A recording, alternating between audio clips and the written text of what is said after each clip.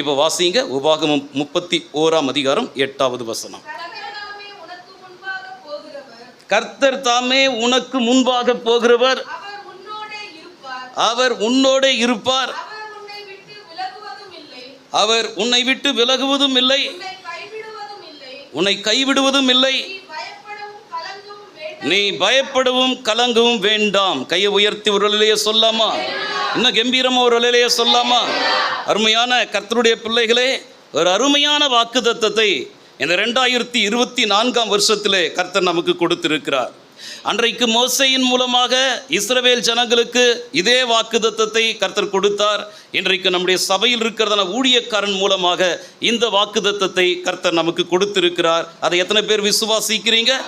அப்படின்னா இந்த 2024 வருஷத்திலே கர்த்தர் உனக்கு முன்பாக போகிறார். எத்தனை பேருக்கு இந்த வசனத்தை கேட்கும் பொழுது உங்களுக்கு சந்தோஷமா இருக்குது? உண்மையாவே ரொம்ப சந்தோஷமா இருக்கிறவங்கெல்லாம் கையை தூக்கி அல்லேலூயா சொல்லுங்க பார்க்கலாம். ஆனா ஒரு கண்டிஷன். என்ன கண்டிஷன் தெரியுமா? நம்முடைய கர்த்தர் எல்லாருக்கும் முன்னால போக மாட்டாரு. அவர் யாருக்கு முன்பாக போவார் தெரியுமா? அவர் யாருக்கு முன்பாக போவார்? முதலாவது அவர் தம்மை குறித்து சொல்லுகிறார். யோவான் 10 11 வசனத்திலே சொல்லுகிறார். முதலாவது அவர் தம்மை குறித்து சொல்லுகிறார். யோவான் 10:11, நானே நல்ல மேய்ப்பன். கையை உயர்த்தி ஒரு அலையிலேயே சொல்லாமா? அப்ப அந்த நல்ல மேய்ப்பன் என்ன சொல்றாரு? அதே யோவான் 10 வசனத்தை வாசி. அவன் தன்னுடைய ஆடுகளை வெளியே விட்ட பின்பு அவைகளுக்கு முன்பாக நடந்து போகிறான். கரங்களை உயர்த்தி ஒரு அலையிலேயே சொல்லாமா? இப்போ உங்களுக்கு புரிஞ்சுதா கர்த்தர் யாருக்கு முன்னால போறாரு அப்படின்னு சொல்லிட்டு? நம்முடைய கர்த்தர் தம்மை குறித்து சொல்றாரு, நான் நல்ல மேய்ப்பன் அப்படின்றாரு. அந்த நல்ல மேய்ப்பன் என்ன சொல்றாரு? ஆடுகளுக்கு முன்பாக கடந்து போகிறார். கையை உயர்த்தி அல்லேலூயா சொல்லாமா? அப்ப இந்த வருஷத்தில் ஆண்டவருடைய வாக்குத்தத்தம் என்ன? கர்த்தர் தாமே உனக்கு முன்பாக போகிறவர். அப்ப யாருக்கு முன்னால போறாரு? ஆடுகளுக்கு முன்பாக போகிறார். ஓ நாய்களுக்கு முன்னால போல. ஆடுகள் எல்லாம் கையை உயர்த்தி ஒரு அலையிலேயே சொல்லுங்க பார்க்கலாம். அப்படின்னா நாம் ஆடுகள் என்றால் கர்த்தர் யார்? அவர் நம்முடைய மேய்ப்பர். அதுவும் யோவான் 10:11 வசனத்தில் கர்த்தர் சொல்லும் போது, நானே நல்ல மேய்ப்பன், நல்ல மேய்ப்பன் ஆடுகளுக்காக தன் ஜீவனையே கொடுக்கிறான். கரங்களை உயர்த்தி ஒரு அலையிலே சொல்லாமா? அப்ப நமக்காக தம்முடைய ஜீவனையே கொடுத்ததான நல்ல மேய்ப்பன் இயேசு இந்த 2024 வருஷத்துல நமக்கு முன்பாக என்ன பண்றாரு? அவர் போகிறார். ஹல்லேலூயா. அப்ப அதனால அவர் நமக்கு முன்பாக போறதுனால நமக்கு அருமையான வாக்குத்தத்த வசனத்தை கர்த்தர் நமக்கு தருகிறார். உபாகமம் 31:8 மறுபடியும் வாசிங்க. கர்த்தர் தாமே உனக்கு முன்பாக போகிறவர், அவர் உன்னோடு கூட இருப்பார், அவர் உன்னை விட்டு விலகுவதும் இல்லை, உன்னை கைவிடுவதும் இல்லை, நீ பயப்படவும் கலங்கவும் வேண்டாம். கரங்களை உயர்த்தி ஒரு அலையிலேயே சொல்லாமா? அப்படின்னா நாம் ஆடுகளா இருந்தால் நம்முடைய மேய்ப்பர் நமக்கு முன்பாக அவர் போகிறார். ஆமென். எத்தனை பேருக்கு நான் சொல்றது புரியுது? நாம் ஆடுகளா இருந்தால் மேய்ப்பர் நமக்கு முன்பாக போகிறார். அப்படின்னா கர்த்தர் நம்முடைய மேய்ப்பரா இருந்தா என்ன நடக்கும்? கர்த்தர் நம்முடைய மேய்ப்பரா இருந்தா என்ன நடக்கும்? நம்ம எல்லாருக்கும் தெரிந்த வசனம் தானே. சங்கீதம் 23 சங்கீதத்தில் தாவீது சொல்றாரு, கர்த்தர் என் மேய்ப்பரா இருக்கிறார், ஆகவே நான் தாழ்ச்சி அடையேன். தாழ்ச்சி அடையன்னா என்ன அர்த்தம்? நான் பட்டினியா இருப்பதே கிடையாது. ஏன்னா என்னுடைய மேய்ப்பர் யாரு? கர்த்தர் என் மேய்ப்பரா இருக்கிறார், ஆகவே நான் தாழ்ச்சி அடையேன். அவர் என்ன செய்கிறார்? என்னை புல்லுள்ள இடங்களிலே மேய்த்து அமர்ந்த தண்ணீர்கள் அண்டையிலே என்னை கொண்டு போய் விடுகிறார். அவர் என் ஆத்துமாவை தேற்றி தம்முடைய நாமத்தின் நிமித்தம் என்னை நீதியின் நல்லா விளங்கி கொள்ளணும். கர்த்தர் நம்முடைய ஆத்துமாவா இருந்தா தப்பான பாதையில நடத்த மாட்டாருங்க. கர்த்தர் நம்முடைய ஆத்துமா, கர்த்தர் நம்முடைய மேய்ப்பரா இருந்தா அவர் எந்த பாதையில நடத்துவாரு? அப்போ நீதியின் பாதையில நடத்துறான்னா நம்முடைய கர்த்தருக்கு பேர் என்ன? நீதியாய் இருப்பதே நம் தேவனுடைய பெயர். அல்லேலூயா. ஏகோவா சிட்கேனு, அவர் நீதி நிறைந்தவர், அநீதி நிறைந்தவர் அல்ல. அநீதி உள்ளவர்கள் அநியாயத்தின் பாதையிலே நடத்துவார்கள். ஆனால் நாம் ஆராதிக்கிறதான நம்முடைய தெய்வம் இயேசு, அவர் நீதி உள்ளவர். ஆகவே அவர் நம்மை நீதியின் பாதையிலே நடத்துகிறார், அநீதியின் பாதை அல்ல. அவர் நம்முடைய மேய்ப்பராக இருக்கும் பொழுது அவர் தம்முடைய நாமத்தின் நிமித்தம் நம்மை நீதியின் பாதைகளில் நடத்துகிறார். நான் மரண இருளின் பள்ளத்தாக்கிலே நடந்தாலும் நான் பொல்லாப்புக்கு பயப்படுவேன், ஏனென்றால் தேவரீர் என்னோடு கூட இருக்கிறீர், உமது கோலும் என்னை தேற்றும். இதெல்லாம் நடக்கும். நம் கர்த்தர் நம்முடைய மெய்ப்பனா இருந்தா இதெல்லாம் அப்படியே நடக்கும். இதெல்லாம் நடக்கும். நீதியின் பாதையில் நடத்துவார். அவருடைய நாமத்தின் நிமித்தம் அவர் நம்முடைய ஆத்துமாவை தேற்றுவார். அவர் நம்மை புல்லுள்ள இடங்களிலே நம்மை நடத்துவார். அடுத்தது, மரண இருளின் பள்ளத்தாக்கில் ஒருவேளை நடந்தாலும் பொல்லாப்புக்கு பயப்பட வேண்டிய அவசியம் கிடையாது. காலையில் கூட அதை நம்ம பார்த்தோம். தேவரீர் என்னோடு கூட இருக்கிறீர், உமது கோலும் உமது தடியும் என்னை தேற்றும். அடுத்தது, இதெல்லாம் நடக்குங்க. சத்துரு எத்தனை பேர் உனக்கு விரோதமாக எழும்புனாக்கா கவலையே படாத. சத்துரு எழும்புனா உனக்கு பந்தி ஆயத்தமாக போதுன்னு அர்த்தம். உங்களை யாருன்னா பகைக்கிறாங்க, யாராவது உங்களை விரோதிக்கிறாங்க அப்படின்னு சொன்னால் உங்களுக்காக கர்த்தர் ஒரு என்னத்தை விருந்து ஆயத்தப்படுத்துகிறாருன்னு அர்த்தம். சத்துருக்களுக்கு முன்பாக கர்த்தர் ஒரு பந்தி உனக்கு ஆயத்தப்படுத்தி உன் தலையை எண்ணெயால் அபிஷேகம் பண்ணி பாத்திரத்தை நிரம்பி வழிய வைக்கிறார். அடுத்து சொல்லப்பட்டிருக்குது, ஜீவனுள்ள நாளெல்லாம் நன்மையும் கிருபையும். இதெல்லாம் கர்த்தர் நம்முடைய மெய்ப்பனா இருந்தா எல்லா நாளும் நம்ம எது தொடர்ந்து வரும்? விசுவாசம் தொடர முடியுமா? அதான் ஆண்டவர் சொல்ற, என் சபையை நான் என்ன பண்ணுவேன்? பாதாளத்தின் வாசல்கள் என்ன பண்ணாது, அதை நெருங்கவே முடியாது. கர்த்தர் நம்முடைய மெய்ப்பராக இருக்கும் பொழுது, கர்த்தர் நம்முடைய சபையை கட்டுகிறவராக இருக்கும்போது, கர்த்தருடைய சபையிலே நாம் இருக்கும் பொழுது பாதாளத்தின் வாசல்கள் நம்மை நெருங்க முடியாது.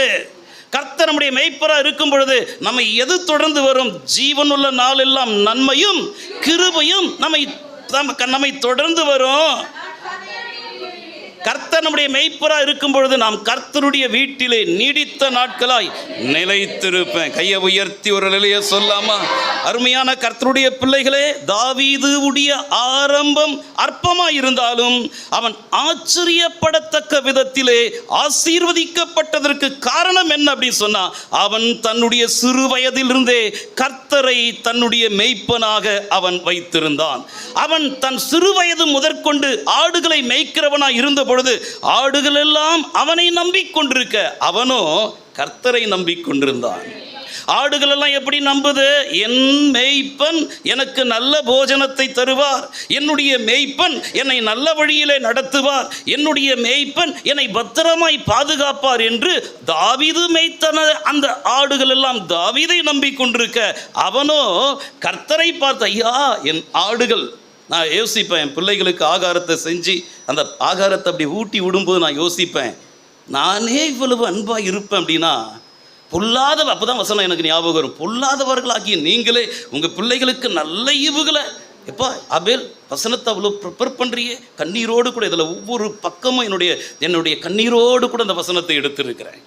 கையை உயர்த்தி ஒரு நிலையே சொல்லாமா? அப்போ இவ்வளவு நேசத்தோடு கூட, இவ்வளவு பாசத்தோடு கூட, இவ்வளவு அதிகமாக நீ ப்ரிப்பேர் பண்ணுறியே. பொல்லாதவராய் இருக்கக்கூடிய நீயே உன் பிள்ளைகளுக்கு நல்ல ஈவை கொடுக்க அறிந்திருக்கும் பொழுது அதை பார்க்கிலும் பரமபிதா. கையை உயர்த்தி ஒரு அலையிலேயே சொல்லாமா? இன்னும் கம்பீரமா ஒரு அலையிலேயே சொல்லாமா? நல்லா விளங்கி கொள்ளுங்க. தாவீதனுடைய மேன்மை என்ன தெரியுமா?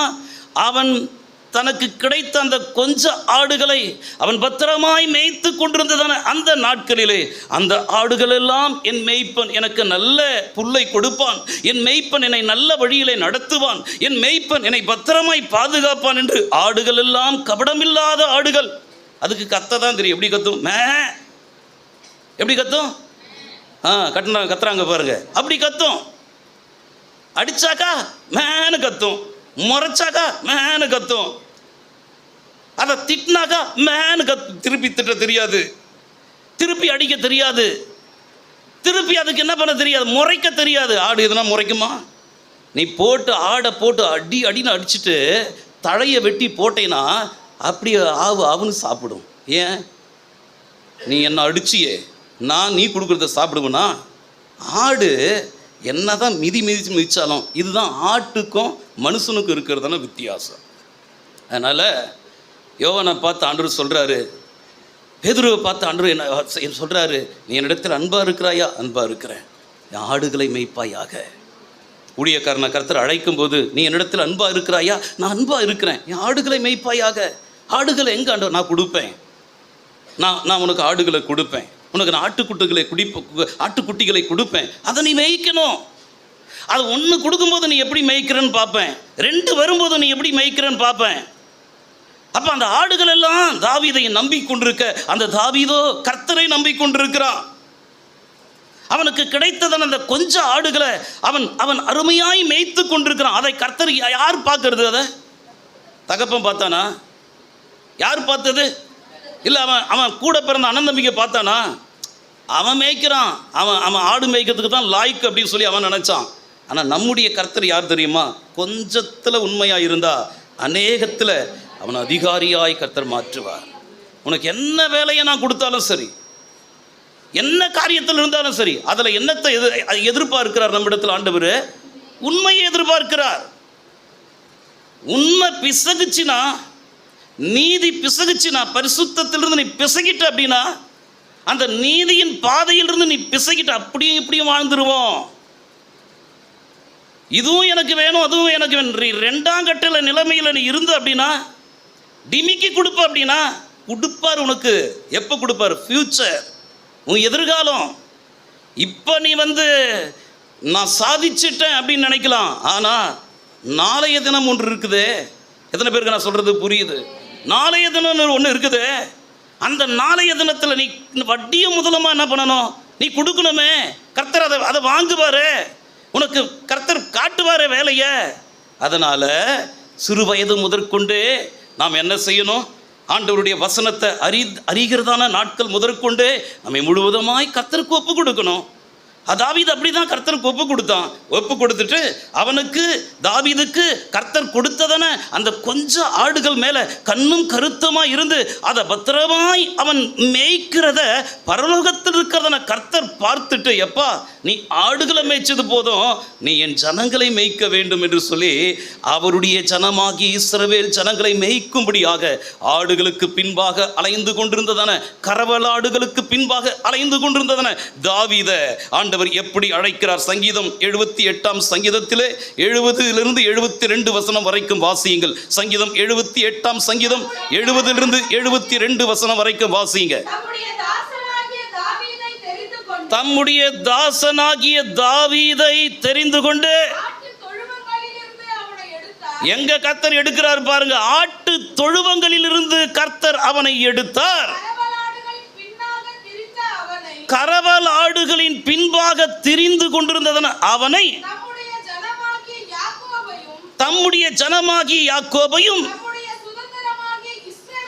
தம்முடைய சுதந்திரமாகிய தம்முடைய ஜனம், தம்முடைய சுதந்திரம், அதை மேய்க்கும்படியாக அழைத்து கொண்டு வந்தார். அதுதாங்க ரொம்ப முக்கியம். எது ரொம்ப முக்கியம்? இவன் என்ன பண்ணானா? இவனுக்கு கர்த்தர் எதை கொடுத்தாராம்? அவருடைய ஜனத்தை கொடுத்தாராம், அவருடைய சுதந்திரத்தை கொடுத்தாராம். அவன் என்ன பண்ணானா? தான் இருதயத்தின் உண்மையின்படியே அதை மேய்த்து தன் கைகளின் திறமையினால அவைகளை நடத்தினான். கையை உயர்த்தி ஒரு நிலைய சொல்லாமா? எப்பா மேய்ப்பராக இருக்கக்கூடியவங்க ஆடுகளை எப்படி மேய்க்கணும் அப்படின்னா, இருதயத்தின் உண்மையின்படி மேய்க்கணும். அந்த இருதயத்தின் உண்மை எதில் வெளிப்படும் தெரியுமா?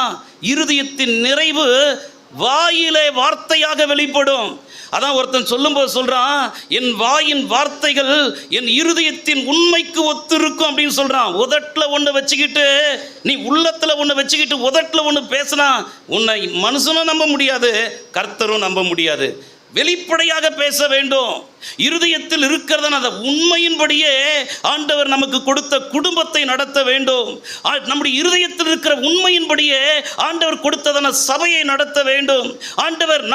நமக்கு ஆண்டவர் எதை எதிர்பார்க்கிறார்? உண்மையை எதிர்பார்க்கிறார். அந்த உண்மையின்படி அந்த ஆடுகளை மேய்க்கக்கூடிய அந்த மேய்ப்பனை கர்த்தர் தேடி கொண்டிருக்கிறார். அப்ப மேய்ப்பன் எப்படி நடத்தணும்? ஆடுகளை மேய்க்கணும், உண்மையாய் மேய்க்கணும். ஆனால் வேதத்தில் சொல்லப்பட்டிருக்குது. யோவான் எழுதின சுவிசேஷத்தில் 10வது அதிகாரத்தில் 12வது வசனத்தில் சொல்லப்பட்டு, சீக்கிரம் வாசிங்க. மேய்ப்பனாயிராதவனும் இவனும் ஒரு மேய்ப்பன் காட்டுகிறான். எவனும் ஒரு மேய்ப்பன், இதை இப்போ சொல்றாங்க பாருங்க, மேய்ப்பனாய் இராதவனும் ஆடுகள் தனக்கு சொந்தம் அல்லாதவனுமான கூலியால். பத்தியா, அதை கூலியால்ன்றது அண்டர்லைன் பண்ணிக்கிங்க. கூலியால்னா அவனுக்கு என்ன முக்கியம்? எங்க என்னங்க முக்கியம்? அவனுக்கு கூலி தான் முக்கியம். டப்பு, பணம், சம்பளம், என்ன கிடைக்கும், ஆதாயம், இதுதான் அவனுக்கு முக்கியம். இந்த கூலியால் என்ன பண்றான்? ஓநாய் வருகிறத கண்டு ஆடுகளை விட்டு ஓடி போறான். எத்தனை பேருக்கு நான் சொல்றது புரியுது? ஆடுகளை விட்டுட்டு யார் ஓடி போறான்? கூலியால் ஓடி போறான். பணத்துக்காக நிறைய பேர் இன்னைக்கு நிறைய வந்துட்டாங்க, ஆடு மேய்க்கிறதுக்கு வந்திருக்கிறாங்க. ஆனா அந்த ஆடுகள் யார் தெரியுமா? கர்த்தருடைய ஜனம். அந்த ஆடுகள் யார் தெரியுமா? கர்த்தருடைய சுதந்திரம். அந்த சுதந்திரத்தை இருதயத்தின் உண்மையின்படி நேசிக்காம, இருதயத்தின் உண்மையின்படி அதற்கு போதனை கொடுக்காம, அவனுடைய எதிர்பார்ப்பெல்லாம் என்ன தெரியுமா? பணம். அவனுடைய எதிர்பார்ப்பெல்லாம் என்ன தெரியுமா? கூலி. கூலிக்கு மாரடிக்க வர்றது. டீச்சிங்கில் இருந்தாலும், ஸ்கூலில் போயிட்டு நீங்கள் ஒர்க் பண்ணுற ஆளாக இருந்தாலும், எந்த எஜமானனுக்கு கீழே நீங்கள் வேலை செய்கிற ஆளாக இருந்தாலும், நம்ம கையில் வாங்குறதான அந்த பணத்துக்கு ஏற்ற ஒரு உழைப்பை நாம் கொடுத்துடணும். எத்தனை பேருக்கு நான் சொல்கிறது புரியுது? அப்படி கொடுத்துடணும். கர்த்தருடைய கிருபையினால சுகமாய் நம்ம வைத்திருக்கலாம். ஆனால் அதற்கேற்ற விதத்தில் நாம் பிரயாசப்பட்டு அவங்க அந்த காரியத்தில் அதெல்லாம் கர்த்தர் எதிர்பார்க்கிறார். அதெல்லாம் கர்த்தர் பார்த்து கொண்டே இருக்கிறார். மேலே இருந்து இருக்கிறதான கர்த்தருக்கு என்ன வேலை? மேலே இருக்கிறதான நட்சத்திரங்கள் எல்லாம் ஒரு கண்களாக இருக்குது. எல்லாம் அப்படியே கேமராவாக இருக்குது, பார்த்துட்டே இருக்குது. சுவர் கல் சுவர்லிருந்து சாட்சி இடுமா. இவன் இந்த மணி நேரத்தில், இந்த நாளில், இந்த டேட்டில் இவன் இப்படி செஞ்சான், இப்படி ஃபோனில் பார்த்தான், இப்படி வேற ஒரு கான்டாக்டில் இருந்தான், எல்லாமே ஆண்டவருக்கு எல்லாமே தெரியும். அதனால் கர்த்தருக்கு முன்னால் வாடுறதான வாழ்க்கைக்கு நம்மை முழுவதுமாய் அர்ப்பணிக்கணும். கையை உயர்த்தி ஒரு சொல்லாமா? இழிவான ஆதாயத்தை இச்சிக்க கூடாது. எப்படின்னா வர்றதான காசு, எப்படின்னா வர்றதான இன்பம், இதுக்கு நம்ம என்ன செய்யக்கூடாது? மாரடிக்க கூடாது. மெய்ப்பனா இராதவன் கூலியால் அப்படின்னு சொல்லப்பட்டிருக்குது. அவன் ஆடுகளை விட்டுட்டு என்ன பண்ணிடுறான்? ஓடி போறான். ஏன்? அவனுக்கு என்ன தேவை? என்னங்க அவனுக்கு தேவை? கூலி தான் வேணும். இங்கே எனக்கு சரியான கூலி நீங்கள் கொடுக்கலன்னா, ஒருத்தர் அப்படி தான் பிரசங்கம் பண்ணாராம். பிரசங்கம் சபையில், என்னுடைய வேல்யூ என்னன்றது உங்களுக்கு தெரியல, என்னுடைய மதிப்பு என் மேலே இருக்கிற அபிஷேகம் என்னன்றது உங்களுக்கு தெரியல. நான் மாத்திரம் இந்த ஜனங்க நடுவில் இல்லாமல் வேற ஜனங்க நடுவில் போனால் என்ன நடக்கும்? கர்த்தர் உன்னை எங்கே வச்சிருக்கிறாரோ அங்கே இருக்கணும். சரியா? நீ எங்கே போனாலும் ஆண்டவர் கொண்டு போனால் தான் போகணுமே தவிர, ஆண்டவர் கொண்டு போகாமல் இடத்துக்கு போகவே கூடாது. கூலியால் ஓனாய் வருதுன்னு சொல்லிட்டு, ஆதாயம் இல்லைன்னு சொல்லிட்டு, வருமானம் இல்லைன்னு சொல்லிட்டு ட்ரான்ஸ்ஃபர் கேட்குறது, இங்கேருந்து எங்கேயாச்சும் என்ன அனுப்புங்கன்னு கேட்குறது. எனக்கு ஏன் குடும்பத்தை நடத்த முடியல, ஃபேமிலியை ரன் பண்ண முடியல, பிள்ளை கவர்மெண்ட் ஹாஸ்பிட்டலில், கவர்மெண்ட் ஸ்கூலில் சேர்த்துரு, என்ன பிரச்சனை? கவர்மெண்ட் ஸ்கூலில் படிக்கிறவங்களாம் நான் இதுவா? சபை இங்கே ஊருக்கு வரும்போது எனக்கு கர்த்தர் ஹாஸ்பிட்டல் இல்லைனாலும் பரவாயில்ல, ஸ்கூல் இல்லைனா கூட பரவாயில்ல, எனக்கு எந்த இடத்துல என்னை அனுப்புனாலும் பரவாயில்ல, கர்த்தருடைய நாமத்தை முன்னிட்டு நான் போகிறேன் அப்படின்னு சொல்லிட்டு தான் வந்தேன். ஆனால் ஸ்கூலெல்லாம் ஆண்டவர் வச்சுருந்தார். நம்முடைய எதிர்பார்ப்பு என்னது? நம்முடைய எதிர்பார்ப்பு என்னது? ஜனங்களிடத்தில் ஊழியக்காரனுடைய எதிர்பார்ப்பு என்னது? ஊழியக்காரன், அந்த மேய்ப்பன், ஒரு மேய்ப்பனை குறித்து வேதத்தில் சொல்லப்பட்டிருக்குது. அவன் சாமுவேல். அந்த சாமுவேல் அவன் சாமுவேல் என்கிறதான அந்த ஊழியக்காரன் 1 சாமுவேல் 12ஆம் அதிகாரம் 3வது வசனத்தில் கர்த்தருடைய சந்நிதியிலிருந்து கர்த்தரால் அபிஷேகம் பண்ணப்பட்டதான சவுல் ராஜாவுக்கு முன்பாக நின்று அவன் இஸ்ரவேல் ஜனங்களை பார்த்து அவன் என்னத்தை சொல்றான் தெரியுமா? வாசிங்க. இதோ நல்ல கவனிங்க, என்னை குறித்து சாட்சி சொல்லுங்கன்னு சொல்றான். யார் சொல்றது? சாமுவேல் யாருக்கு முன்னால சொல்றான்? கர்த்தருடைய சந்நிதியிலிருந்து கர்த்தரால் அபிஷேகம் பண்ணப்பட்டதான ராஜாவாகிய சவுலுக்கு முன்னால நின்று ஜனங்களை பார்த்து கேட்கிறான், சாட்சி என்னை குறித்து சாட்சி சொல்லுங்க. என்னத்தை வாசிங்க? இதோ நான் இருக்கிறேன் கர்த்தருடைய சந்நிதியிலும் அவர் அபிஷேகம் பண்ணி வைத்தவருக்கு முன்பாக என்னை குறித்து நீங்கள்லாம் சாட்சி சொல்லுங்கள். இதுதான் எனக்கு ரொம்ப பிடிக்கும். நான் யாருடைய எருதை எடுத்துக்கிட்டேன்? யாருடைய கழுதையை நான் எடுத்துக்கிட்டேன்? யாருக்கு நான் அநியாயம் செய்தேன்? யாருக்கு நான் இடுக்கண் செய்தேன்? யார் கையில் இருந்து பரிதானம் வாங்கி கொண்டு கஞ்சாடையாய் நான் இருந்தேன்? சொல்லுங்கள். அப்படி உண்டானால் அதை உங்களுக்கு திரும்பவும் கொடுப்பேன் என்றான். கையை உயர்த்தி ஒரு அல்லேலூயா சொல்லாமா? அப்படி இருக்குனங்க ஊழியக்காரன். ஊழியம் செய்தா எப்படி செய்யணும்? சாமுவேல் மாதிரி செய்யணும். அப்படிதான் ஒரு ஏஜி சபையில் நடந்துதான். அந்த ஏஜி சபையில் 10 லட்சம் பேர் 10 வருஷத்துக்கு முன்னாலேயே கணக்கு. இப்போ ரொம்ப அதிகமாக இருக்கும். தென்கொரியா தேசத்தில் பாலியாங்கிச்சோ சபையில் ஒரு அம்மா திடீர்னு பாஸ்டர்கிட்ட வந்து சொன்னாங்களாம், நான் சபையை விட்டு போகிறேன்னு சொன்னாங்களாம். உடனே அவர் சொன்னாரா, நீ எத்தனாவது வருஷத்தில் வந்த? இந்த வருஷத்துலேருந்து இது வரைக்கும் எவ்வளோ ரூபா நீ வந்து தசம பாங்கு கொடுத்த? எவ்வளோ ரூபா நீ காணிக்கையை கொடுத்த? சரி, இது எல்லாமே உனக்கு என்ன பண்ணப்படும்? செட்டில் பண்ணப்படும். தாராளமாக போகலாம். உழுந்து கதறாங்களாம், அழுவுறாங்களாம். இன்னைக்கு என்ன சொல்கிறீங்க? ஏம்மா, நீ என் உபதேசத்தை பிடிக்காம, இங்கே இருக்கிற சத்தியத்தை பிடிக்காம நீ வேற ஒரு இடத்துக்கு போகிறதுக்கு என்ன காரணம்? நீ போகிற அப்படின்னா உன்னுடையதை வட்டியை முதலமாக வாங்கிட்டு வெளியே போயிடு. இப்படி இருக்கணுங்க ஊழியக்காரன். எப்படி நிற்கணும்? யாருடைய நான் எருதையை நான் எடுத்துக்கொண்டேன்? யாருடைய கழுதையை நான் எடுத்துக்கொண்டேன்? யாருக்கு நான் வந்து அநியாயம் செய்தேன்? யாருக்கு நான் இடுக்கண் செய்தேன்? யாருக்கு நான் பரிதானம் வாங்கி கொண்டு கண்சாடையா இருந்தேன்? அப்படி இருந்தா சொல்லு. அவங்க சொல்றாங்க, அதற்கு அவர்கள், நீர் எங்களுக்கு அநியாயம் செய்யவும் இல்லை, எங்களுக்கு இடுக்கண் செய்யவும் இல்லை, ஒன்றும் வாங்கல. கையை உயர்த்தி அல்லேலூயா சொல்லாமா? நான் கூட சொல்ல முடியும். ஆண்டவருடைய பெரிய கிருபையில் என் கையை உயர்த்தி சொல்றேன். என்னுடைய 16வது வயதில் 1997வது வருஷத்தில் ஏசப்பாவுக்கு என்னுடைய இருதயத்தை ஒப்பு கொடுத்துட்டு இயேசுவை என்னுடைய சொந்த தெய்வமாக ஏற்றுக்கொண்டேன். அந்த நாளிலிருந்து இந்த நாள் வரைக்கும் கிட்டத்தட்ட 26 வருஷம் ஆகுது. இயேசுவை நேசித்து வருகிறேன். நான் இன்றைக்கு தேவ சமூகத்தில் என்னை நான் ஆராய்ந்து அந்த பண ஆசை அப்படின்றதான காரியம் ஆண்டவருடைய பெரிய கிருபையினால், என்னுடைய மேரேஜ் டைம்லும் சரி, இந்த டவுரி கேட்பாங்களே, அந்த மாதிரி காரியங்களெல்லாம் எனக்கு வரவே வராது. என் மனைவி இருக்கிறாப்புல, அவங்க என்னை பற்றி என்ன நினைக்கிறாங்களோ தெரியாது. போயிட்டு ஃப்ரிட்ஜு வாங்கணும், வாஷிங் மிஷின் வாங்கணும்னு சொல்லிட்டு போய் பார்க்கும்போது ஒரு மூலையில் போயிட்டு நின்றுட்டு, எனக்கு இதெல்லாம் தேவையா? நான் அவங்கள பார்த்து கேட்டேன், எதுக்குமா இதெல்லாம்? எனக்கு எங்கள் வீட்டிலேருந்து கொடுக்குறாங்க. நான் சொல்ல முடியும், 100% ஆண்டுடைய சன்னிதானத்திலிருந்து சொல்ல முடியும், அந்த பண ஆசை அப்படின்றதான காரியம் என்னுடைய வாழ்க்கையில் ஒரு நாளும் வந்ததே கிடையாது. இன்றைக்கு நான் சபையை நடத்தி கொண்டிருக்கிறேன். அருமையான கர்த்தருடைய பிள்ளைகளே, நான் கர்த்தருக்கு முன்பாக ஸ்தோத்திரம் உங்களை ஆண்டவருக்காக வளர்த்தேன் அப்படின்னு சொன்னால் எனக்கு சம்பளம் கொடுக்க அவர் வல்லவராக இருக்கிறார். நான் சபையில் ஊழியத்துக்கு உடன் ஊழியனாக எடுக்கும்போது என்னோடு உடன் ஊழியராக வரவங்க எல்லாம் பேசிக்கிட்டாங்க, சம்பளம் எவ்வளோ கொடுப்பாங்கன்னு கேட்போம் அப்படின்னு சொல்லி பேசுகிறாங்க. எனக்கு அது கேட்கறதுக்கு அருவருப்பாக இருந்தது. நான் என்ன நினச்சேன் தெரியுமா? ஆண்டவருக்கு ஊழியம் செய்வதே பாக்கியம். என்னை எடுத்துப்பாங்களா?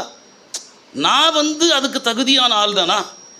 நான் ஊழியத்தை செய்ய முடியுமா? அப்படி ஒரு பாக்கியம் எனக்கு கிடைக்குமா? சம்பளம் வேணாம், ஆண்டவருக்காக என் ஜீவனை கொடுக்க ஆயத்தம். இப்படி தான் வந்தேன் ஆண்டவருடைய பெரிய கிருபையினால். இப்படி தான் வந்தேன். என் மனசாட்சிக்கு தெரியும், என் கர்த்தருக்கு தெரியும். ஏன் சொல்கிறேன் அப்படின்னா, தேவ பிள்ளைகளே, எனக்கு கர்த்தர் சம்பளத்தை கொடுக்க விட்டுட்டாரா? அல்லாவிட்டால் என்ன காரியத்தில் எனக்கு குறைவு வைத்திருக்கிறார்? என் மனைவியை நான் பார்த்தேன்னா என்னை குறித்து ரொம்ப ஆச்சரியமாக இருக்குது. எனக்கா இப்படி ஒரு மனைவி? என் பிள்ளைகளை பார்த்தேன்னா எனக்கா இப்படி ஒரு பிள்ளைங்க? என் விசுவாசி, ஒவ்வொரு விசுவாசியை நான் நினச்சி பார்த்தா எனக்கா இப்படிப்பட்ட ஒரு விசுவாசி? இன்னும் சொல்லலாம், எனக்கா இந்த காரு, எனக்கா இந்த வீடு, எனக்கா இந்த பைக்கு, இதற்கு எவ்வளவு வேணும் நான் பாத்திரன் அல்ல. என் குடும்ப பின்னணி வசதியான ஆட்களும் கிடையாது. மனம் திறந்து இந்த காலை வேளையில் உங்களோடு கூட பேசுகிறேன். அதிகாலை நேரத்தில் பேசுகிறேன். புதிய வருஷத்தில் அறிக்கை செய்கிறேன். என்ன காரியத்தில் என்ன கர்த்தர் குறை வச்சாரு? ஆண்டவர் சொல்றாரு, நான் உனக்கு கொடுக்கறதான பிள்ளைய எனக்காக வளர்த்திடு, நான் உனக்கு சம்பளம் தரேன். கர்த்தருக்காக நாம் ஒரு காரியத்தை செய்யும் போது கர்த்தர் அதை கண்ணோக்கி பார்த்து கொண்டே இருக்கிறார். அந்த வசனம் அருமையான வசனம். யாத்ராகம் 2ஆம் அதிகாரத்தில் 9வது வசனத்தில் சொல்லப்பட்டிருக்குது. யாத்ராகம் 2:9. 2ஆம் அதிகாரம். சும்மா வசனத்தை மாற்றி வாசிச்சா டைவர்ட் ஆகிடும். வாசிங்க. பார்வோனுடைய குமாரத்தி அவளை நோக்கி, நீ இந்த பிள்ளையை எடுத்துக்கொண்டு போய் அதை எனக்கு வளர்த்திடு, நான் உனக்கு சம்பளம் கொடுக்கிறேன். கையை உயர்த்தி அல்லேலூயா சொல்லாமா? ஆண்டவருக்காக பிள்ளையை வளர்க்கும் பொழுது கர்த்தர் என்னத்தை தராரு? சம்பளத்தை தராரு. அதனால சபை மேய்ப்பருக்கு கர்த்தர் சொல்றதான வார்த்தை என்ன? ரொம்ப எனக்கு இந்த சபையில் உங்கள் மூலமாகவும் எனக்கு கொடுக்க வல்லவராக இருக்கிறாரு. நீங்கள் கொடுக்கலனா வேற ஒருத்தரை கொண்டு வந்து கொடுக்க வைக்கவும் கர்த்தர் வல்லவராக இருக்கிறார். அந்த விசுவாசம் யாருக்கு இருக்கணும்? யாருக்கு இருக்கணுங்க? உங்களுக்கா இருக்கணும், எனக்கு இருக்கணும். நான் எல்லாம் உங்களெல்லாம் ஜோம் பண்ணுங்க ஜோம் பண்ணுங்க ஜோம் பண்ணுங்கன்னு சொல்லிட்டு உன் ஜெபத்தில் வந்து நான் இங்கே நிற்க முடியாது. என் தனிப்பட்ட ஜெபம் ரொம்ப முக்கியம். நீங்கள் எல்லாம் ஜெபம் பண்ணல அப்படின்னாலும் என் ஜெபம் குறைஞ்சி போச்சுனாக்கா, என்ன கர்த்தருக்கு உகந்தவனாக நான் நிறுத்தலை அப்படின்னா சபை என்ன பண்ண முடியாது? நடத்த முடியாது. அப்போ உங்கள் மூலமாக எனக்கு கிடைக்கலனா வேறொருவர் மூலமாக எனக்கு கொண்டு வர, எனக்கு கொடுக்க கர்த்தர் வல்லவராக இருக்கிறார். அப்போது ஆண்டவர் மெய்ப்பனிடத்தில் என்னத்தை எதிர்பார்க்கிறாரு?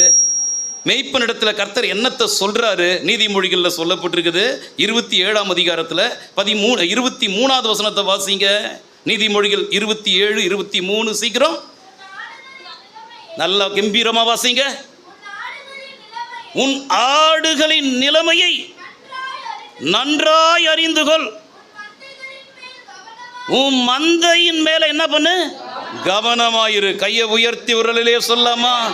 ஊழியக்காரனே, உனக்கு ஏற்ற ஊதியத்தை கர்த்தர் கொடுக்க வல்லவரா இருக்கிறாரு. ஊழியக்காரனே, அருமையான கர்த்தருடைய ஜனங்களே, நமக்கு வேண்டிய நன்மைகள் வசதிகளை கர்த்தர் கொடுக்க வல்லவரா இருக்கிறாரு. ஆனா கர்த்தர் கொடுத்த மந்தையின் மேல என்ன பண்ணணும்? கவனமா இருக்கணும். அந்த மந்தையை வைத்து நம்மை போஷிக்க கர்த்தர் வல்லவரா இருக்கிறார். அப்ப ஏசப்பா பேதுருவை பார்த்து சொல்றாரு, நீ கடலுக்கு போயிட்டு தூண்டில் போட்டு என்னத்தை பிடி? மீனை பிடி. மீனை பிடிச்சு வாயை திறந்து பாரு. மீன் வாயில் என்ன இருக்கும்? வெள்ளி பணம் இருக்கும். அதை எடுத்து எனக்காக உனக்காக என்ன பண்ணு? வரிய கொடு. யோசித்து பார்த்துருப்பானா? எனக்கு இப்போ என்ன தேவை? பணம் தேவை.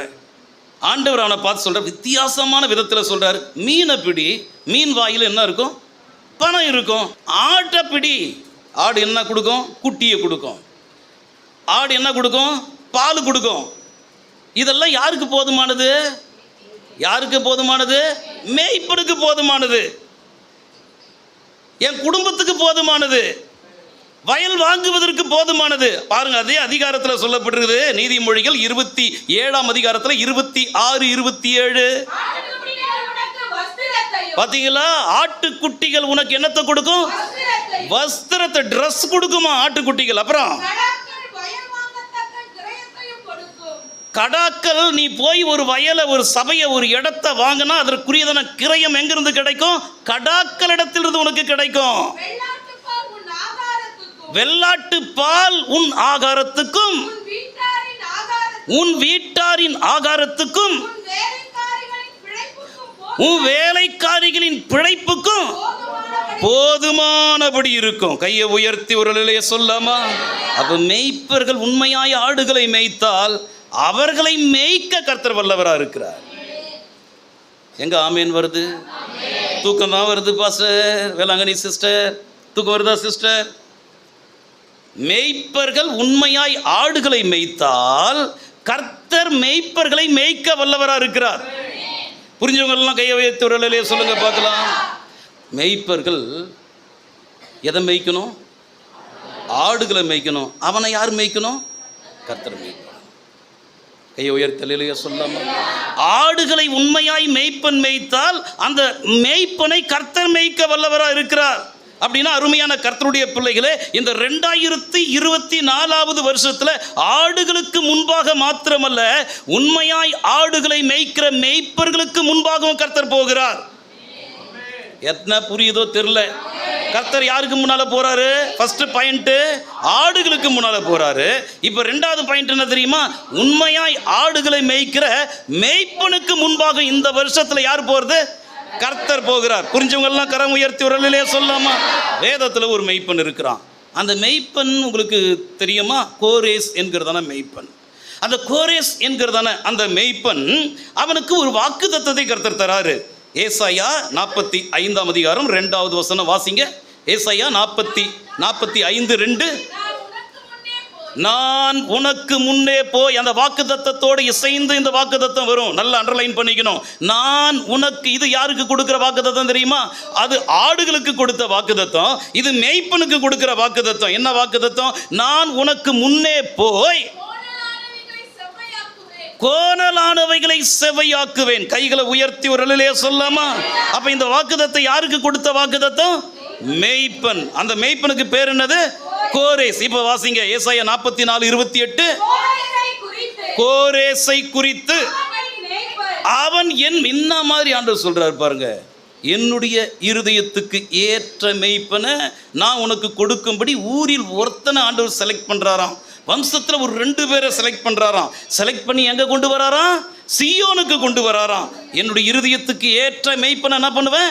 நான் உனக்கு தருவன்றாராம். உன் இருதயத்துக்கு ஏற்ற மேய்ப்பன் இல்லை. நிறைய பேர் தன்னுடைய இச்சைக்கேற்ற மேய்ப்பர்களை தங்களுக்கு திரளா என்ன பண்றாங்க? தெரிந்து கொள்றாங்க. இச்சைக்கேற்ற மேய்ப்பன். நீங்க என்ன அப்படி செலக்ட் பண்ணவே முடியாது. அப்படி நான் இச்சிக்கப்படத்தக்க ஆளும் கிடையாது. புரியுதுங்களா? அப்படி என்னை இச்சிக்கக்கூடிய விதத்தில் என்னிடத்தில் ஒன்றுமும் கிடையாது. ஆனால் என்னை இச்சிக்க, என்னை நேசிக்க, என் மேல அன்பு கூற என் கர்த்தர் வல்லவராக இருக்கிறாருனாக்கா, அவர் என்ன செலக்ட் பண்ணி அவருடைய இருதயத்துக்கு ஏற்ற மேய்ப்பனா என்ன வச்சு யாருக்கெல்லாம் என்ன கொடுக்கணுமோ அவர் கொடுக்க கர்த்தர் வல்லவராக இருக்கிறார். அப்ப அவர் என்ன பண்றாரு? இந்த மேய்ப்பனாகிய அந்த கோரேசை பார்த்து, அந்த ஏசாயா 44 அதிகாரம் 28வது வசனத்துல கோரேசை குறித்து, அவன் என் மேய்ப்பன், அவன் எருசலேமை நோக்கி நீ கட்டப்படு என்று சொல்லுவான். தேவாலயத்தை நோக்கி நீ அஸ்திபாரப்படு என்று சொல்லுவான். எனக்கு பிரியமானதையெல்லாம் நிறைக்க. இப்ப நல்லா விளங்கி கொள்ளுங்க. 3 பாயிண்ட் யாரை பத்தி சொல்றார் தெரியுமா? கோரேஸ் என்கிறதான மெய்ப்பனை பத்தி சொல்றார். முதலாவது என்ன தெரியுமா? அவன் என் மெய்ப்பன். ரெண்டாவது என்ன தெரியுமா? அவன் எனக்கு பிரியமானதையெல்லாம் நிறைவேற்றுவான். மூன்றாவது என்ன தெரியுமா? அதே ஏசாயா 45:1 வாசிங்க. கர்த்தராகிய நான் அபிஷேகம் பண்ணி வைத்த கோரேசுக்கு முன்பாக. கையை உயர்த்தி அல்லேலூயா சொல்லாமா? 3 காரியங்க. என்ன 3 காரியம்? முதலாவது கோரேசை பார்த்து அவன் என் மேய்ப்பன். அவனுக்கு பார்த்து ஆண்டவர் என்னத்தை சொல்றாரு? நான் உனக்கு முன்னால போய் என்ன பண்ணுவேன்? கோணலான பாதைகளை செவ்வைப்படுத்துவேன். முதலாவது பாயிண்ட் என்னது? அவன் என் மேய்ப்பன். கூலிக்கு மேய்க்கிறானா அப்படின்றது ஆண்டவருக்கு தெரியும். கோரேஸ் எப்படிப்பட்டவன் தெரியுமா? எருசலேமை பார்த்து கட்டப்படு என்று கட்டளையிடுவான். அவனுக்கு பணமெல்லாம் முக்கியம் கிடையாது. அடுத்தது தேவாலயத்தை பார்த்து என்ன செய்யறான்? அஸ்திபாரப்படு என்றான். அடுத்தது அவனை பற்றி சொல்லப்படுகிறது. முதலாவது அவன் கர்த்தருடைய மேய்ப்பர். ரெண்டாவது எனக்கு பிரியமானதையெல்லாம் அவன் நிறைவேற்றுவான். மூன்றாவது கர்த்தரால் அபிஷேகம் பண்ணப்பட்டவன். அப்போ இந்த வருஷத்தில் இந்த நல்ல விழிப்பு எத்தனை பேர் விழிச்சிருக்கிறீங்க? கையை உயர்த்தவர்களே சொல்லுங்க பார்க்கலாம். இந்த 2024 வருஷத்தில் முதலாவது மேய்ப்பர்களுக்கு, முதலாவது ஆடுகளுக்கு முன்பாக கர்த்தர் போகிறாரு. ரெண்டாவது மேய்ப்பர்களுக்கு முன்பாக கர்த்தர் போறாரு. மூன்றாவது கர்த்தருக்கு பிரியமானதையெல்லாம் நிறைவேற்றுகிறவர்களுக்கு முன்பாக போகிறாரு. நான்காவது அபிஷேகம் பண்ணப்பட்டவர்களுக்கு முன்பாக கர்த்தர் போறார். கை உயர்த்தலையா சொல்லலாம். இப்போ புரிஞ்சுதா? ஃபர்ஸ்ட் வசனம் வந்த உடனே எவ்வளோ சந்தோஷமா இருந்தது. கர்த்தர் தாமே உங்களுக்கு முன்னால போறவர், நீ பயப்படாத, கலங்காத, திகையாத, எல்லாம் வந்துருச்சு. இப்போ ஒரு கண்டிஷன் வந்துருச்சா? யாருக்கு முன்னால் கர்த்தர் போகிறாரு? ஆடுகளாக இருந்தால் போகிறாரு. அடுத்தது நீ மெய்ப்பனாக இருந்தால் போகிறாரு. அடுத்தது நீ கர்த்தருக்கு பிரியமானதையெல்லாம் நிறைவேற்றுகிற ஆளாக இருந்தால் போகிறாரு. அடுத்தது அபிஷேகம் பண்ணப்பட்டவனாக இருந்தால் உனக்கு முன்னால் போகிறாரு. அல்லேலூயா. கையை உயர்த்துறலையே சொல்லாமா? அப்படின்னா அந்த மெய்ப்பனை பார்த்து ஆண்டவர் சொல்றதான வார்த்தை என்னது? நான் உனக்கு முன்னால போயிட்டு கோணலானவைகளை என்ன செய்வேன்? செவையாக்குவேன். அப்படின்னா அருமையான கர்த்தருடைய பிள்ளைகளே, 2024 வருஷத்துல ஆண்டவர் நமக்கு முன்னால போகணும். அப்படின்னா இந்த காரியமெல்லாம் எத்தனை பேர் நோட் பண்றீங்க? நான் சொல்றதான பிரசங்கம் எத்தனை பேர் நோட் பண்றீங்க? இதெல்லாம் நம்முடைய வாழ்க்கையில் இருக்கணும். இப்ப வாசிங்க, அந்த மேய்ப்பனை பார்த்து ஆண்டவர் சொல்றாரு, 45ஆம் அதிகாரம் 1வது வசனம். அப்ப கர்த்தர் முன்னால போனா என்ன நடக்கும்? அதுதான் இப்ப பாக்குறோம். இப்ப வாசிக்க போறாங்க. கர்த்தர் நமக்கு முன்னால போனா என்ன நடக்கும்? 2024 வருஷத்துல கர்த்தர் நமக்கு முன்னால போனா என்ன நடக்கும்? இப்ப வாசிங்க, 45ஆம் அதிகாரம் 1வது வசனம். கர்த்தராகிய நான் அபிஷேகம் பண்ணின கோரேசுக்கு முன்பாக ஜாதிகளை கீழ்ப்படுத்தி. கர்த்தர் முன்னால போனா என்ன நடக்குது பாருங்க. ஃபர்ஸ்ட் காரியம் என்ன தெரியுமா? என்ன ஜாதியா இருந்தாலும் கர்த்தர் உனக்கு முன்னால போனா அந்த ஜாதிகளை உனக்கு முன்னால கர்த்தர் என்ன பண்ணுவாரு? கீழ்ப்படுத்துறாரு. ஃபர்ஸ்ட் காரியம். 2வது காரியம், ராஜாக்களுடைய இடைக்கட்டுனா தெரியும், பெல்ட் கழண்டுருமா. எது கழண்டுரும்? பெல்ட் ஆட்டோமேட்டிக்கா என்ன பண்ணிடும்? இடைக்கச்சை கழண்டுரும். யாருக்கு முன்னால? கர்த்தருக்கு முன்னால. கர்த்தர் உனக்கு முன்னால போயிட்டா இடுப்பெல்லாம் தளர்ந்து போயிடும் தெரியுமா? கர்த்தர் உனக்கு முன்னால போனா நடக்காத காரியமெல்லாம் நடக்கும் தெரியுமா? உனக்கு முன்னால கர்த்தர் போனா ஜாதிகளை கர்த்தர் கீழ்ப்படுத்தி ராஜாக்களுடைய இடைக்கட்டுகளை கர்த்தர் என்ன பண்றாரு? அவிழ்க்கும்படிக்கு. இது ரொம்ப முக்கியமான காரியம். அவனுக்கு முன்பாக வாசல்கள் பூட்டப்படாது இருக்க கதவுகளை திறந்து வைக்கும்படிக்கு. கையை உயர்த்தி வரலையே சொல்லாமா? கதவுகளை திறந்து வைக்கும்படிக்கு அவனை பார்த்து அவன் வலது கையை பிடித்து கொண்டு. அப்ப கதவுகளை கர்த்தர் திறந்துடுறாராம். கையை உயர்த்தலையே சொல்ல. அவனுக்கு முன்னால போறேன்பா. போனா கர்த்தர் முன்னால போனா என்ன நடக்கும்? பேதுரு அப்படிதான் என்ன பண்ணார்? சிறைச்சாலையில தட்டினாரு. அவன் தூங்கிக்கிட்டு இருக்கிறான். தட்டி விழாவில் தட்டி தூதன் வந்து எழுப்பி என் பின்னாலேயே வான்னு கூட்டின்னு போகிறான். முன்னால் யார் போகிறது? தேவதூதன் போகிறான். தேவதூதன் போகும்போது என்ன நடக்குது? பின்னால் யார் போகிறது? பேதுரு போகிறார். வசனம் தெரிஞ்சவங்களுக்கெல்லாம் நான் சொல்கிறது எல்லாமே புரியும். இப்போ முன்னால் போன உடனே முதலாவது வாசல் என்ன பண்ணுது? ஆட்டோமேட்டிக்காக டோர் என்ன பண்ணுது? அந்த சிறைச்சாலை சாதாரணமானதா? எருசலேமில் ரோமர்கள் எருசலேமில் வைத்திருந்ததான சிறைச்சாலை சாதாரணமானதா? அது ஆட்டோமேட்டிக்காக என்ன பண்ணுது? அப்படியே திறக்குது. ஆண்டவர் நமக்கு முன்னால போனா திறந்த வாசல் தான். கையை உயர்த்தி ஒரு அழுகையை சொல்லாமா? அப்ப ஆண்டவர் முன்னால போனா என்ன நடக்கும்? அதையும் வாசிங்க. அதே ஏசாயா தீர்க்கதரிசனத்தின் புஸ்தகத்துல ஸ்தோத்திரம். அடுத்து எந்த வசனத்தை வாசிச்சீங்க நீங்க? இப்ப 1வது வசனம். இப்ப 4வது வசனத்தை வாசிங்க. கர்த்தர் முன்னால போனா என்ன நடக்கும் தெரியுமா? வெண்கல கதவுகளை உடைத்து இருப்பு தாழ்பால்களை முறித்து அந்தகாரத்தில் இருக்கிறதன பொக்கிஷங்களையும் ஒளிப்பிடத்தில் இருக்கிறதன புதையல்களையும் உனக்கு கொடுப்பார். கையை உயர்த்தி உரலிலேயே சொல்லாமா? கம்பீரமா உரலிலேயே சொல்லாமா? எது தானா கழன்று போயிடும்? வெண்கல கதவுகள், இருப்பு தாழ்பால்கள் எல்லாம் முறித்து அந்தகாரத்தில் இருக்கிறதன பொக்கிஷங்கள், ஒளிப்பிடத்தில் இருக்கிறதன புதையல்களை யாருக்கு தருவாராம்? யாருக்கு முன்னால கர்த்தர் போறாரோ அவனுக்கு தருவார். நீ ஆடா இருந்தா உனக்கு கர்த்தர் எதை தருவாரு? அந்தகாரத்தில் இருக்க. அந்த ஒருவேளை இந்த வருஷத்துல, இந்த 2024 வருஷத்துல அந்தகாரம் எதை மூடும்? உலகத்தை மூடும். அந்தகாரம் எதை மூடும்? உலகத்தை மூடும். இருள் எதை மூடும்? ஒருவேளை என்ன வசனம் அப்படிதானே சொல்லுது. 60வது அதிகாரம் ஏசாயா 60:2 வாசிங்க. ஏசாயா 60:2 சீக்கிரம். இதோ இருள் பூமியையும் காரிருள் ஜனங்களையும் மூடும், ஆனாலும் உன்மேல் கர்த்தர் உதிப்பார், அவருடைய மகிமை உண்மையில் காணப்படும். கையை உயர்த்தி உரலிலே சொல்லாமா? இப்போ சொல்றேன் கர்த்தரை பின்பற்றுகிற ஆடுகளுக்கும் கர்த்தருடைய மெய்ப்பர்களுக்கும் கர்த்தருக்கு பிரியமானவைகளை நிறைவேற்றுகிற கர்த்தருடைய பிள்ளைகளுக்கும் கர்த்தரால் அபிஷேகம் பண்ணப்பட்டவர்களுக்கும் இந்த 2024 வருஷத்தில் ஒரு மகிமை அவர்களை மூடும் என்று ஆண்டவருடைய வார்த்தை என்ன செய்யுது? சபையிலிருந்து கர்த்தருடைய வார்த்தை வருது. எந்த சூழ்நிலையில்? இருள் பூமியை, காரிருள் ஜனங்களை மூடும். ஒருவேளை இல்லை, மூடும். எங்கே மூடும்? இந்த 2024 மூடும். ஆனாலும் உன் மேலே என்ன பண்ணுவார்? உன் மேலனா அதில் யார்? அது டேஸ் டேஸ் டேஸ். யார் உன் மேலனா? யார் வருது? ஆடு, மெய்ப்பன். அது கர்த்தரை பின்பற்ற ஆடு, உண்மையாய் மேய்க்கிற மெய்ப்பன். அடுத்தது பிரியமானதை நிறைவேற்றுகிறவன். அடுத்தது அபிஷேகம் பண்ண. இதெல்லாம் இருந்ததுன்னா உன் மேலே யார் உதிப்பார்? அவருடைய மகிமை என்ன செய்யும்? உன் மேல காணப்படும். அது மாத்திரம் கிடையாது, உனக்கு முன்னால ஒரு திறந்த வாசல். கையை உயர்த்தி உரலிலே சொல்லாம திறந்த ஜோசியம் சொல்ற மாதிரி சொல்லிட்டு இருக்கிறேன்னு நினைக்காதீங்க. புரியுங்களா? குடுகுடுப்புக்காரன் நல்ல காலம் பிறக்குது, நல்ல காலம் பிறக்குதுன்ற மாதிரி அப்படி சொல்றேன்னு நினைக்காதீங்க. வேத வசனத்தின் அடிப்படையில் உங்களுக்கு நான் சொல்றேன், மகிமை நம்ம மேல இருந்தா நமக்கு முன்னால என்ன இருக்குது? திறந்த வாசல்.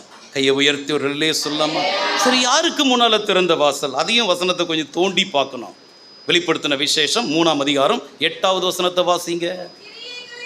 உன் கிரியைகளை அறிந்திருக்கிறேன். இதுதான் ரொம்ப முக்கியம். உனக்கு கொஞ்சம் இப்போ இந்த மாதிரி இரவு நேரத்தில் உட்காந்துட்டு இருக்கிறீங்களே, பாஸ்டர் எனக்கு கொஞ்சம் தான் பலன் இருக்குது. 2023 உங்க பலன் என்னன்னு யாருக்கு தெரியும்? யாருக்கு தெரியும்? கர்த்தருக்கு தெரியும்.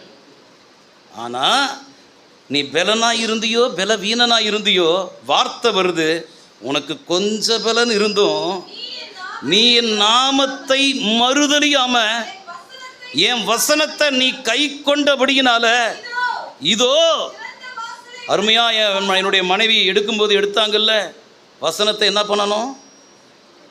கை கொள்ளணும். எடுத்தீங்களா? அந்த வார்த்தை எடுக்கும்போது எதை கை வகை? நீ கேட்ட வகையை என்ன பண்ணும்? என்ன செய்யணும்? நீ நினைத்து, நீ ஆதியில் கொண்டிருந்த அன்புக்குள்ள என்ன செய்ய? நீ மனம் திரும்பு. நீ நினைவு கூர்ந்து, வகையை நினைவு கூர்ந்து. வகைனா கேட்ட வகைனா என்னது? வசனம். அப்போ உனக்கு கொஞ்சம் பலன் இருந்தும் என் நாமத்தை மறுதலியாம என் வசனத்தை நீ கை கொண்டபடியினால, இதோ உனக்கு முன்னால நான் திறந்த வாசலை வைக்கிறேன். அதை ஒருவன் என்ன பண்ண மாட்டான்? ஊட்ட மாட்டான். கையை உயர்த்தி அல்லேலூயா சொல்லாமா? அப்போ கொஞ்சம் பலத்தில் கர்த்தரை மறுதலிக்காம இருக்கிற கர்த்தருடைய பிள்ளைகளுக்கு, கொஞ்சம் பலத்தில் கர்த்தருடைய வசனத்தை கை கொண்டு வாழுகிற கர்த்தருடைய பிள்ளைகளுக்கு முன்பாக எதை கர்த்தர் வைக்கிறாரு? ஏங்க சபைக்கு வரல? தலைவலி தாங்க முடியல பாஸ்டர். ஏங்க சபைக்கு வரல? சபையிலிருந்து எங்கள் வீடு ரொம்ப தூரமாக இருக்குது பாஸ்டர். கொஞ்சம் பலன் தான். ஆனால் பரலோகத்தில் இருக்கிறதான கர்த்தர் அந்த ஓய்வு நாளை நீ மனமகிழ்ச்சியின் நாளாக எண்ணி, அந்த ஓய்வு கர்த்தருடைய நாளை நீ கர்த்தருடைய நாளை கர்த்தருக்கு கொடுக்க வேண்டிய நாளை ஒரு வாரத்தில் எத்தனை நாள் ஆண்டு கொடுத்துருக்கிறாரு? 7 நாளில் 6 நாள் யாருக்கு? மனுஷனுக்கு கொடுத்துட்டார். ஒரு நாள் யாருக்கு கேட்குறாரு? கர்த்தருக்கு. நம்ம சைமன் பிரதரை பற்றி எனக்கு ரொம்ப சந்தோஷம். என்னன்னா, அவர் வந்த நாளில் இருந்து அந்த கர்த்தருடைய நாளை என்ன பண்ண மாட்டார்? மிஸ் பண்ணவே மாட்டார். அது எனக்கு ரொம்ப பிடிக்கும். என்னன்னாலும் நான் அவரை கடிந்து கொண்டாலும் சரி, அந்த கர்த்தருடைய நாளை என்ன பண்ண மாட்டார்? மிஸ் பண்ணவே மாட்டார். இங்கே வந்திருக்கிற கர்த்தருடைய நீங்கள் கேட்டோம்னாக்கா, எத்தனை வாரம் நீங்கள் வந்தீங்கன்னாக்கா கையை தூக்குறதுக்கு அவருக்கு முடியும். நான் எல்லா வாரமும் வந்தேன் பாஸ்டர், ஒரு வேளை எனக்கு எக்ஸாம் எதுனா வச்சு என்னை வெளியில் அனுப்பிட்டாங்க அப்படின்னாக்கா எனக்கு இப்போ வர்ற ஒரு வேளை மிஸ் பண்ணியிருக்கலாம். மற்றபடி எல்லா வாரமும் வந்துடுவேன். ஒவ்வொருத்தரை பற்றியும் நான் சொல்ல முடியும். உங்களுக்கு பலன் இல்லை தானே? தூரமாக இருக்குது தானே? கஷ்டமாக இருக்குது தானே? ஆனாலும் வந்துடுங்க. ஏன் வந்துடுங்க தெரியுமா?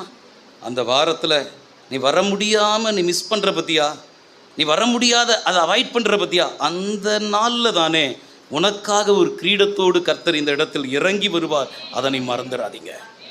அதனால் பிரயாசப்பட்டு நீ கர்த்தருடைய சமூகத்தை தேடி வந்துடணும். யாருக்கு முன்னால் திறந்த வாசல் தெரியுமா? உனக்கு கொஞ்சம் பலன் இருந்தும் என் நாமத்தை மறுதலியாமல் என் வசனத்தை கை கொண்டபடினால. இதோ உனக்கு முன்னால் வசனத்தை கை கொள்ளணும்னா வசனத்தை கேட்கணும் இல்லை, வசனத்தை கேட்கணும்னா கர்த்தருடைய ஆலயத்துக்கு வரணும் இல்லை. இப்போ இதெல்லாம் ஒன்றை விடக்கூடாது. அப்படி கர்த்தருடைய வசனத்தை கை கொண்டா நான் உனக்கு முன்னால் என்னத்தை வைக்கிறேன்? திறந்த வாசலை வைக்கிறேன். ஒருவனும் என்ன பண்ண முடியாது. வேதத்தில் ஒரு மனுஷனை பற்றி நான் சொல்லணும். அவன் பேர் யோசுவா. அந்த யோசுவாவோடு கூட இருந்த இஸ்ரவேல் ஜனங்க அத்தனை பேரும் கர்த்தரை என்ன பண்ணாங்க? மறுதலிச்சாங்க. கர்த்தருடைய வசனத்தை என்ன பண்ணல? அவங்க கை கொள்ளலை. எல்லாருக்கும் அவனுக்கு இருந்த பலன் தான் இவனுக்கும் இருந்தது. எல்லாருக்கும் கொஞ்சம் பலன் இருந்தாலும், ஆனால் இவன் மாத்திரம் எப்படி இருந்தான் அப்படின்னா, கொஞ்சம் பலன் அவனுக்கு இருந்தாலும் மற்றவர்கள் எல்லாம் மறுதலிக்கிறான், மற்றவனெல்லாம் வசனத்தை கை கொள்ளலை. ஆனாலும் இவன் கர்த்தருடைய நாமத்தை மறுதலியாமல் கர்த்தருடைய வசனத்தை கை கொண்டபடினால அவனுக்கு முன்னால் ஆண்டவர் என்னத்தை வச்சாரு? ஏங்க சொல்லுங்க. இப்போ சேரில் உட்காரவங்களெல்லாம் என்னத்தை வச்சாங்க? சொர்ந்து போயிட்டீங்கன்னா முடிச்சிடுவேன், ஒரே பேப்பர் தான் இருக்குது, சரியா? ஆசீர்வாதம் போட்டு முடிச்சிட்டாக்கா எனக்கும் நிறைவாக இருக்கும், உங்களுக்கும் நிறைவாக இருக்கும். பாதியில் அனுப்பக்கூடாது. எத்தனை பேருக்கு நான் சொல்கிறது புரியுது? புரியுறவங்கெல்லாம் கையை உயர்த்தி அல்லேலூயா சொல்லுங்க. யாருக்கு முன்னால் திறந்த வாசல்? யோசுவாவுக்கு முன்னால். ஏன் தெரியுமா? அவனோடு இருந்ததான எல்லாரும் வசனத்தை கை கொள்ளலை, கர்த்தருடைய நாமத்தை மறுதலிச்சாங்க. ஆனால் அவனும் கர்த்தருடைய நாமத்தை மறுதலிக்காம கர்த்தருடைய வசனத்தை கை கொண்டபடினால இதோ உனக்கு முன்னால் திறந்த வாசல். அந்த திறந்த வாசலை அந்த யோசுவாவுக்கு முன்னால் கர்த்தர் வச்சதுனால, அந்த திறந்த வாசல் அவனுக்கு முன்னால் வச்சதுனால யோசுவாவை பார்த்து கர்த்தர் ஒரு வாக்குத்தத்தத்தை கர்த்தர் கொடுக்குறாரு. என்ன வாக்குத்தத்தம் தெரியுமா? யோசுவா 1:5 நீ உயிரோடு இருக்கும் நாளெல்லாம். இதை அண்டர்லைன் பண்ணிக்கணும் நீங்க. நீ உயிரோடு இருக்கிற நாளெல்லாம் ஒருவனும் உனக்கு முன்பாக எதிர்த்து நிற்பது இல்லை. நான் மோசையோடு இருந்தது போல நான் உன்னோடும் இருப்பேன். நான் உன்னை விட்டு விலகுவதும் இல்லை, நான் உன்னை கைவிடுவதும் இல்லை. கையை உயர்த்தி அல்லேலூயா சொல்லாமா? யாருக்கு கொடுத்த வாக்குத்தத்தம்? யோசுவா யாரு? கொஞ்சம் பலன் வனாந்திரத்தில் எல்லாருக்கும் அந்த பலன் தான். ஆனால் அந்த பலத்தில் எல்லாம் என்ன பண்ணாங்க? பின்வாங்கி போனாங்க. ஆண்டவரை விசுவாசியாம போனாங்க, துர்ச்செய்தியை பரப்புனாங்க, இச்சை உள்ளவர்களாக மாறினாங்க, எதிர்த்து நின்றாங்க. மோசேக்கு விரோதமா, கர்த்தருக்கு விரோதமா எதிர்த்து. என் மனைவி சொல்லும்போது வணங்கா கழுத்து எல்லாம் இருந்தது. ஆனால் இவனும் வணங்கினான், இவனும் மறுதலிக்கல, இவனும் கர்த்தருடைய வசனத்தை கை கொண்டான். அந்த யோசுவாவோடு இருந்ததான அத்தனை இஸ்ரவேல் ஜனங்களுக்குள்ளாகவும் யாருக்கு இந்த வாக்குத்தத்தத்தை கர்த்தர் கொடுத்தார்? இப்போ இந்த இடத்துல இத்தனை பேர் வந்து உட்கார்ந்துட்டு இருக்கிறீங்களே, யாருக்கு கர்த்தர் சொல்றாரு உனக்கு முன்பாக கர்த்தர் போகிறாருன்னு யாருக்கு சொல்றாரு? எல்லாம் எனக்கு தான் சொல்றாரு. அப்படி சொல்ல முடியுமா? இப்போ அங்கே மோசே சொன்னான், உனக்கு முன்பாக நீ உயிரோடு இருக்கிற நாள் எல்லாம் உனக்கு முன்னால ஒருவனை எதிர்த்து நிற்பதில்லைன்னு வசனம் வரும்போது யோசுவாவுக்கு தான் அந்த வசனமே தவிர முறுமுறுக்கிறவனுக்கு கிடையாது, மறுதலிக்கிறவனுக்கு கிடையாது, வசனத்தை கை கொள்ளாதவனுக்கு கிடையாது. இப்போ வசனத்தை கை கொள்ளுகிற கர்த்தருடைய பிள்ளைகள் எல்லாம் கையை உயர்த்தியவர்கள் இல்லையா சொல்லுங்க பார்க்கலாம். கர்த்தருடைய நாமத்தை மறுதலிக்காம இருக்கிற கர்த்தருடைய பிள்ளைகள் எல்லாம் கையை உயர்த்தியவர்கள் இல்லையா சொல்லுங்க பார்க்கலாம். உங்களுக்கும் எனக்கும் இன்றைக்கு யோசுவாவுக்கு கொடுத்த வாக்குத்தத்தம் நமக்கு கொடுக்கப்படுகிறது. நீ உயிரோடு, ஆபேலே நீ உயிரோடு இருக்கிற நாளெல்லாம் ஒருவனும் உனக்கு முன்னால் என்ன பண்றது கிடையாது. உங்க பேரை போட்டுக்குங்க. நீ உயிரோடு இருக்கிற நாளெல்லாம் ஒருவனும் உனக்கு முன்னால் என்ன பண்றது கிடையாது. தூங்காத. தூங்கினாக்கா எல்லாம் தூங்கிடும், வாழ்க்கையை எதிர்காலமே தூங்கி போயிடும். நல்ல விஷயம் விழித்திருந்து கவனிக்கணும். நீ உயிரோடு இருக்கிற நாளெல்லாம் ஒரு கொம்பனும் எதிர்க்க முடியாது. அப்படி எதிர்த்தா அவனுக்கு யார் எதிர்ப்பாரு? உன்னை தொடரவன் ஏன் கண்மணியை தொடரான். உன்னை என் உள்ளங்கையில் என்ன பண்றேன்? வரைந்து என் இதயத்தின் மேல உன்னை எப்படி வச்சிருக்கிறேன்? முத்திரையாக வைத்திருக்கிறேன். கையை உயர்த்தி ஒரு சொல்ல. ஏங்க, இப்படி ஒரு நெருக்கமான கர்த்தருடைய உறவுக்குள்ள வந்துட்டவனை கர்த்தர் விட்டுருவாரா? கர்த்தர் விட்டுருவாரா? அவனை பார்த்து ஆண்டவர் சொல்ற, இது இங்கே தான் வசனமே பிரசங்கமே ஆரம்பமாகுது. எத்தனை பேர் கேட்கறதுக்கு ஆயத்தமா இருக்கிறீங்க? நான் இதை பேச பேச வெளிப்பாடுகள் எனக்கு கிடைக்குது, வியாக்கியானங்கள் எனக்கு கிடைக்குது. யாருக்கு சொல்றதான வார்த்தை? யோசுவாக்கு சொல்றாரு. அதுவும் எப்படி சொல்றாரு? நான் மோசையோடு எப்படி இருந்தேனோ அது போல என்ன பண்ணுவேன், நான் உன்னோடு கூட இருப்பேன். இப்போ ஒரு கேள்வி, மோசையோடு கர்த்தர் எப்படி இருந்தாரு? நீங்க சொல்றதெல்லாம் இருக்கட்டும், நான் சொல்ற வசனத்துக்கு வந்துருங்க. மோசையோடு கூட கர்த்தர் எப்படி இருந்தாரு? நான் மோசையோடு இருந்தது போல நான் உன்னோடும் இருப்பேன். நீ உயிரோடு இருக்கிற நாளெல்லாம் ஒருவனும் உனக்கு முன்னால் என்ன பண்ணுறது கிடையாது, எதிர்த்து நிற்பது இல்லை. யாராவது மோசேக்கு விரோதமாக யோசுவாவுக்கு விரோதமாக எதிர்த்து நின்னாங்களா? ஏங்க, மோசேக்கு விரோதமாக கூட இஸ்ரவேல் ஜனங்க எழும்புனாங்க. ஆனால் யாருக்கு விரோதமாக எழும்பல? யோசுவாவுக்கு விரோதமாக எழும்பல. கையை உயர்த்தலையே சொல்லாம. அவனுக்கு முன்னால் எங்கேயெல்லாம் படை எடுத்தானோ எல்லாம் மடங்கி விழுந்தாங்க. எத்தனை ராஜா, 31 ராஜாக்களை மடங்கடித்தவன். அதுவும் அவன் ஃபைட் பண்ணும்போது என்ன சொல்கிறான் தெரியுமா? சூரியனை பார்த்து அங்கேயே நில் அப்படின்றான். நீ சந்திரனை பார்த்து நீ அங்கே நில் அப்படி. ஏன் நிற்க சொல்கிறான் தெரியுமா? நான் யுத்தம் பண்ணுறேன், நான் ஃபைட் பண்ணிக்கிட்டு இருக்கிறேன். என் யுத்தம் முடிகிற வரைக்கும், என் சத்துருக்கள் எல்லாம் முழுவதையும் நிர்மூலமாக்குற வரைக்கும் தீவிரிக்க கூடாது. கர்த்தரை பார்த்து பேசிட்டு இதுக்கு கட்டளையிடுறான். எதுக்கு கட்டளையிடுறான்? சூரியனுக்கும் சந்திரனுக்கும். இப்படி அவன் யுத்தம் பண்ணி முடிக்கிற வரைக்கும் நடு பகலிலேயே நடு வானத்திலேயே எது நின்றுகிட்டு இருக்குது?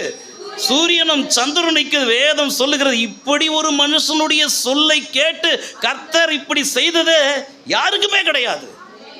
கையை உயர்த்தலையே சொல்லாம, இன்னும் கம்பீரமா ஒரு அலையிலேயே சொல்லாமா. ஏன் தெரியுமா? அவனுக்கு கொஞ்சம் பலன் இருந்தோம், கர்த்தருடைய நாமத்தை என்ன பண்ணல. அவனுக்கு தெரியும் என் கர்த்தர் யாருன்னு தெரியும். மற்ற பயலெல்லாம் கர்த்தருடைய மகிமையை கண்கூடா பார்த்தோம். கண் சுருகி போன குருடன் என்னை எப்படிப்பட்ட ஆபத்திலிருந்து, எப்படிப்பட்ட அழிவிலிருந்து, எப்படிப்பட்ட பிரச்சனையிலிருந்து எனக்கு கர்த்தர் விடுதலை கொடுத்தார்னு யோசிக்க தெரியாத சொர்ண கட்டவங்க. அவங்களுக்கு கர்த்தர் அற்புதம் செய்ய முடியுமா? ஆனால் இவன் ஒவ்வொரு செயல்களிலும் கர்த்தர் எப்படி என்ன நடத்துறாருன்னு சொல்லிட்டு எண்ணி எண்ணி துதி செய்வாய் துதிச்சுக்கிட்டே இருக்கிறான். அவன் துதிக்க ஆரம்பிக்கும் போது எங்கே போயிடுறான் தெரியுமா? ஆசரிப்பு கூடாரத்துக்குள்ளே ஓடிடுறான். கையை உயர்த்தலையே சொல்லாம. ஆசரிப்பு கூடாரத்துக்கு ஓடிடுறான். அங்கே என்ன இருக்குது? ஆசரிப்பு கூடாரத்தில் உடன்படிக்கை பெட்டி இருக்குது.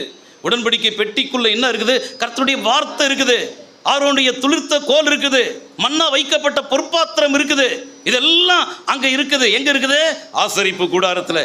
அப்படி மண்ணா வைக்கப்பட்ட பொற்பாத்திரமும் காலையில் பார்த்தது போல ஆரோனுடைய துளிர்த்த கோலும், அதில் உடன்படிக்கை பெட்டியில் கற்பனை பலகை, கர்த்தருடைய விரலினால் எழுதப்பட்ட பலகைகளும் எல்லாம் இருக்கும் பொழுது அவருடைய மகிமை அந்த ஆசரிப்பு கூடாரத்தை நிரப்ப அந்த மகிமைக்குள்ளே போய் புகுந்துடுறான். அதான் வேதம் சொல்லுது, கர்த்தருடைய நாமம் நீதிமான் அதற்குள்ள ஓடி.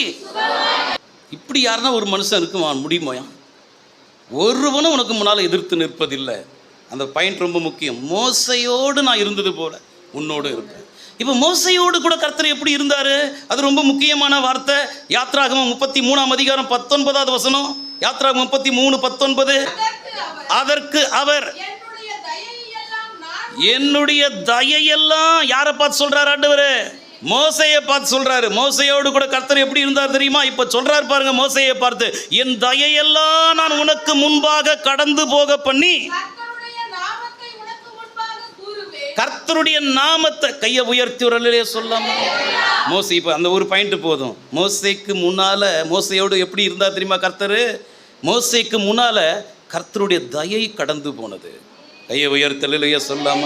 கர்த்தருடைய தயை இல்லை, அது ஒரு பக்கம் இருக்கட்டும். அடுத்தது யாத்ராகமம் 33:14 வாசிங்க.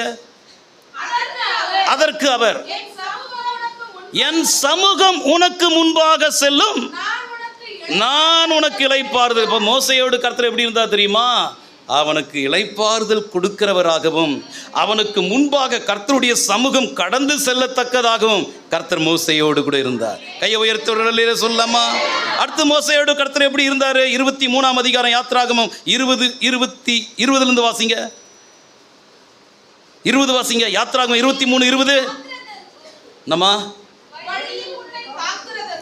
வழியிலே உன்னை மோசையை பார்த்து கர்த்தர் சொல்றார், வழியிலே உன்னை காக்கிறதற்கும் நான் ஆயத்தம் பண்ணின ஸ்தானத்திற்கு உன்னை கொண்டு போய் சேர்க்கிறதற்கும் இதோ நான் ஒரு தூதனை உனக்கு முன்பாக கையை உயர்த்தி விரலிலே சொல்லாம. மோசேயோடு கூட கர்த்தர் எப்படி இருந்தா தெரியுமா?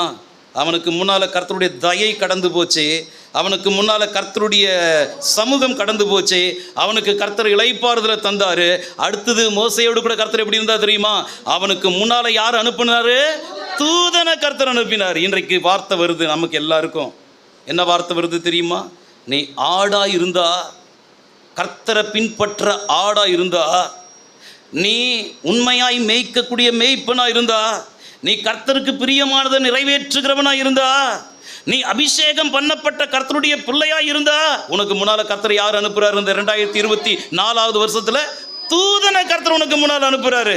அவரு நீ தாவரிக்கும் ஊர் எங்கேயோ நீ போய் இந்த வருஷத்துல எங்க போய் சேரணுமோ, எந்த உயர்வுக்கு போய் சேரணுமோ, எந்த செழிப்புக்கு போய் சேரணுமோ, எந்த மேன்மைக்கு போய் சேரணுமோ, அந்த இடத்துக்கு நேரா அவர் உன்னை நடத்துவார். ஆனா ஒரு கண்டிஷன். என்ன கண்டிஷன் தெரியுமா? அடுத்து வாசிங்க. அவர் சமூகத்தில் எப்படி இரு ஜோஷுவா? எச்சரிக்கையா இருந்துரு. தெரியுமா? ஏன் தெரியுமா? அவர் யாரு? வாசிங்கம்மா. கோபப்படுத்தாத அவரை பொறுப்பதில்லை. என் நாமம் அவர் உள்ளத்தில் இருக்குது. நீ அவர் வாக்கை நன்றாய் கேட்டு நான் சொல்வதையெல்லாம் செய்வாயாகில். அது ரொம்ப முக்கியம். நான் உன் சத்துருக்களுக்கு சத்துருவாகவும் உன் விரோதிகளுக்கு விரோதியாகவும் இருப்ப. கையை உயர்த்தி அல்லேலூயா சொல்ல. இன்னும் கம்பீரமா ஒரு அல்லேலூயா சொல்லாமா? நீ வார்த்தையை கவனமா கேட்டு நீ அவர் வழியில நடந்தா, உன் சத்துருக்கள் யாருக்கு சத்துருக்கள்? உன் விரோதி யாருக்கு விரோதி? கர்த்தருக்கு விரோதி. எத்தனை பேர் நம்புறவங்க எல்லாம் கையை உயர்த்தி ஒரு அல்லேலூயா சொல்லாமா? அருமையான கர்த்தருடைய பிள்ளைகளே, அப்ப கர்த்தர் நமக்கு முன்னால போனா ஸ்தோத்திரம். அவர் யார் என்பதை இன்னொரு வசனத்தை வாசிங்க. உபாகமும் 9:3 வாசிங்க. அவர் யார்? நமக்கு முன்னால போறாரே கர்த்தர், அவர் யார்? உன் தேவனாகிய கர்த்தர் உனக்கு முன்பாக கடந்து போகிறவராய் இருக்கிறார் என்பதை நீ அறிய கடவாய். அவர் பட்சிக்கிற அக்கினி. கையை உயர்த்தி கம்பீரமா ஒரு கையை உயர்த்தி இயேசுநாதரை எல்லாரும் அன்புள்ளவர் என்று சொல்லி நினைத்து கொண்டிருக்க, இந்த காலை அதிகாலை வேளையிலே வார்த்தை வருது. அவர் யாரு? பட்சிக்கிற அக்கினி. அவர் உனக்கு முன்னால போறாரு. அவர் யாருக்கு முன்னால போறாரு? நாம் எவ்வளவு கோழையா இருந்தாலும், நாம் எவ்வளவு கையால் ஆகாதவர்களா இருந்தாலும், நாம் எவ்வளவு அற்பமானவர்களா இருந்தாலும், நாம் எவ்வளவு சாதாரணமானவர்களா இருந்தாலும், நமக்கு முன்னால இந்த வருஷத்துல போறாருன்னு வார்த்தை வருது. அவர் யார் தெரியுமா? பட்சிக்கிற அக்கினி. எல்லாரும் சொல்லுங்க, பட்சிக்கிற அக்கினி. அவர் எங்க போறாரு? நமக்கு முன்னால போறாரு. நீ யாரா இருக்குன்றது ரொம்ப முக்கியம். மெய்ப்பனே, உண்மையாய் ஆடு மேய்த்தா உனக்கு முன்னால கர்த்தர் பட்சிக்கிற அக்கினி போறார். ஆடுகள்லாம் கையை உயர்த்தலையே சொல்லுங்க. ஆடுகள்லாம் மேன், ஆடுகள்லாம் கையை உயர்த்தலையே சொல்லுங்க பார்க்கலாம். அதுக்கு மேன் தான் கத்த தெரியும். அதுக்கு வேற எதுக்கு வீட்டுக்கு போனா மேனு கத்துது, பிரச்சனை வந்தா மேனு கத்துது. ஆட்டுக்கெல்லாம் எது பேச தெரியும்? கெட்ட வார்த்தையெல்லாம் பேச தெரியாது. கெட்ட வார்த்தை எனக்கு பேச தெரியாதுன்ற ஆடுகள்லாம் கையை உயர்த்தலையே சொல்லுங்க பார்க்கலாம். அடிச்சா கூட திருப்பி அடிக்க தெரியாதுன்ற ஆடுகள்லாம் கையை உயர்த்தலையே சொல்லுங்க பார்க்கலாம். ஏப்பா ஏங்க, உண்மையை சொல்லுங்க. உண்மையை தானே சொல்றோம் பாஸ்டர், அதனால தானே அமைதியா இருக்கிறோம். ஏங்க, நான் எதிர்பார்க்குற ஒரு ஆடு கூடவா இல்லை. அப்போ உங்களுக்கு ரொம்ப கவனமாக தான் நான் பிரசங்கம் பண்ணணும். ஹல்லேலூயா. கம்பீரமாக ஒரு அல்லேலூயா சொல்லாமா? பட்சிக்கிற அக்கினி நமக்கு முன்னால் போகிறார். நான் அமைதியாக இருக்கணும். அமைதியாக இருந்தால் பட்சிக்கிற அக்கினி நமக்கு முன்னால் போகிறாரு. கர்த்தர் நமக்கு முன்னால் போகிறது மட்டும் கிடையாது. கடைசியாக சொல்லி முடிக்கிறேன். கர்த்தர் நமக்கு முன்னால் போகிறது மட்டும் கிடையாது, அவர் நமக்கு பின்னாலேயும் இருந்து நம்மை பாதுகாக்கிறார். எப்படி பாதுகாக்கிறார்? ஏசாயா 52ஆம் அதிகாரம் 12வது வசனம். ஏசாயா 52. நீங்க தீவிரித்து என்ன பண்றது இல்ல? இந்த வசனம் எத்தனை பேருக்கு புரியுதுன்னு எனக்கு தெரியல. எல்லாம் விழிப்பா இருக்கிறவங்க எல்லாம் கையை உயர்த்தலையே சொல்லுங்க பார்க்கலாம். இப்போ இந்த வசனம் சகோதரி வாசிச்சாங்க. என்ன வசனம் தெரியுமா? நீ வேகமா போக முடியாது. ஏன் போக முடியாது பாஸ்டர்? கர்த்தர் உனக்கு முன்னால போறாரு. அவரை மீறியா நீ போக முடியும்? நீ போனாக்கா கால் என்ன பண்ணிடுவாரு? காலை வாரி விட்டுருவார். அப்படி தானே? ஏன் நான் முன்னால் போகிறேன், நான் முன்னால் போனால் நீ என்ன பண்ணணும், பின்னால் வரணும், எனக்கு முந்தி போவாத. ஏன்னா பயங்கரமான ராட்சசம் முன்னால் பேய் வந்துக்கிட்டு இருக்குது. நான் முன்னால் போனால் ஃபூனு ஊதிடுவேன், பட்சிக்கிற அக்கினி நான். என்னை ஃபாலோ பண்ணி என் அடிச்சோட என்ன பண்ணு, என் காலடிகளை என்ன பண்ணு, மெய்ப்பனுடைய காலடிகளை பின்தொடர்ந்து வா. நீ என்னை முந்திக்கிட்டு முன்னால் போவாத. முன்னால் போனால் எது அடிக்கும், பின்னால் போனால் எது அடிக்கும்? என் வாயால் நான் ஏன் சொல்லணும்? பேய் அடிக்கும். பின்னால் போனால் நீ முன்னால் போக முடியாது, தீவிரித்து போவதில்லை. நீ ஓடி போகிற மாதிரி ஓடி போக முடியாது. கர்த்தர் உங்கள் முன்னே போறாரு. இஸ்ரவேலின் தேவன் உங்கள் பிறகே உங்களை காக்கிறவராய் இருப்பார். கையை உயர்த்தலையே சொல்லாமா? அப்ப என்ன அர்த்தம் தெரியுமா? நீ வேகமா முன்னாலேயும் ஓட முடியாது, அதே நேரத்தில் நீ பின்வாங்கியும் போக முடியாது. ஏன்னா பின்னால உன்னை பாதுகாக்கிற கர்த்தர் எங்க இருக்கிறாரு? பின்னால இருக்கிறாரு. இப்போ என்ன ஊழியத்தை விட்டு ஓடுனா என்னால் என்ன பண்ண முடியாது? வேகமாக ஓடுனாலும் ஓட முடியாது. அவர் முற்புறமும் பிற்புறமும் என்னை நெருக்கி தமது கையை என்மேல் வைக்கிறார். எத்தனை பேருக்கு புரியுது? முற்புறம் பிற்புறம் நெருக்கிறார் அப்படின்னா என்ன அர்த்தம் தெரியுமா? ஒரு அடி கேப்லேயே நடத்துறாரு. எவ்வளோ தூரம் உங்களுக்கு வெளிச்சம் கிடைச்சிருக்கு பாஸ்டர்? ஒரு ஸ்டெப் தான். ஒரு ஸ்டெப் எடுத்து வச்சா ஒரு ஸ்டெப்புக்கு தேவையான வெளிச்சம், அதுக்கு அடுத்தது இன்னொரு ஸ்டெப் எடுத்து வச்சா அதற்கு தேவையான வெளிச்சம். அந்த முன்னால் போட்டு நெருக்கிறாரு, பின்னாலையும் போட்டு நெருக்கிறாரு. மேலே பார்த்தா அவருடைய கை தலைமையில் இருக்குது. நீங்கள் தீவிரித்து முன்னால் ஓட முடியாது, அதே வேளையில் பின்வாங்கியும் போக முடியாது. கர்த்தர் உங்கள் முன்னணியிலே நடந்து போகிறார். அவர் தாமே உன்னை பாதுகாக்கிறதான கர்த்தர் உனக்கு பின்னால் இருக்கிறார். மகிழ்ச்சியாக இருக்கிறவங்கெல்லாம் கையை உயர்த்தலையே சொல்லுங்க. அதனால் பின்னால் இருக்கிற பிசாசை பற்றி கவலைப்பட வேண்டாம், முன்னால் இருக்கிற முனியை பற்றி கவலைப்பட வேண்டாம். எது இருந்தாலும் உன்னை பாதுகாக்கிறதான கர்த்தருடைய கை தலைமையில் இருக்குது.